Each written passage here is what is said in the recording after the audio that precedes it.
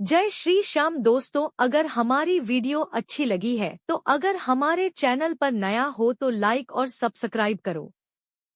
खाटू श्याम जी हिंदू धर्म में भगवान श्री कृष्ण के रूप में पूजे जाने वाले एक अत्यंत लोकप्रिय देवता हैं। राजस्थान के सीकर जिले में स्थित खाटू धाम में उनकी विशेष पूजा होती है। खाटू श्याम जी का असली नाम बर्बरीक था, जो महाभारत के महान योद्धा और भीम के पौत्र थे। उनके पिता का नाम घटोत्कच और माता का नाम मौरवी था। बर्बरीक का बचपन और शक्ति। बर्बरीक बचपन से ही बहुत वीर, पराक्रमी और धर्मप्रिय थे।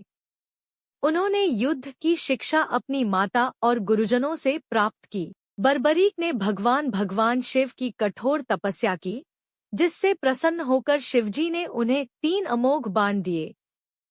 इन 3 बाणों की शक्ति इतनी अद्भुत थी कि वे पूरे युद्ध का परिणाम बदल सकते थे।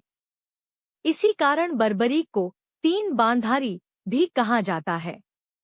उनका धनुष भी दिव्य था। उनके बाणों की विशेषता यह थी कि पहला बाण शत्रुओं को चिन्हित कर देता था, दूसरा बाण उन्हें नष्ट कर देता था और तीसरा बाण वापस तरकश में लौट आता था। इस प्रकार वे अकेले ही पूरी सेना को पराजित करने की क्षमता रखते थे। महाभारत युद्ध में जाने का निर्णय। जब महाभारत का युद्ध होने वाला था, तब बर्बरीक भी युद्ध में भाग लेने के लिए उत्सुक हो गए। उनकी माता मौरवी ने उन्हें युद्ध में जाने की अनुमति तो दी, लेकिन एक वचन लेने के बाद। मौरवी ने कहा कि वे हमेशा हारने वाले पक्ष का साथ देंगे। बर्बरीक ने अपनी माता को वचन दिया कि वह युद्ध में उसी पक्ष की ओर से लड़ेंगे जो कमजोर या हारता हुआ दिखाई देगा। यही वचन आगे चलकर बहुत महत्वपूर्ण साबित हुआ। श्री कृष्ण से भेंट। जब बर्बरीक युद्धभूमि की ओर जा रहे थे, तब रास्ते में उनकी मुलाकात एक ब्राह्मण से हुई। वह ब्राह्मण वास्तव में भगवान श्री कृष्ण थे, जिन्होंने बर्बरीक की परीक्षा लेने के लिए यह रूप धारण किया था। श्री कृष्ण ने उनसे पूछा कि वे केवल 3 बाण लेकर युद्ध कैसे जीत सकते हैं। तब बर्बरीक ने अपनी शक्ति का प्रदर्शन किया।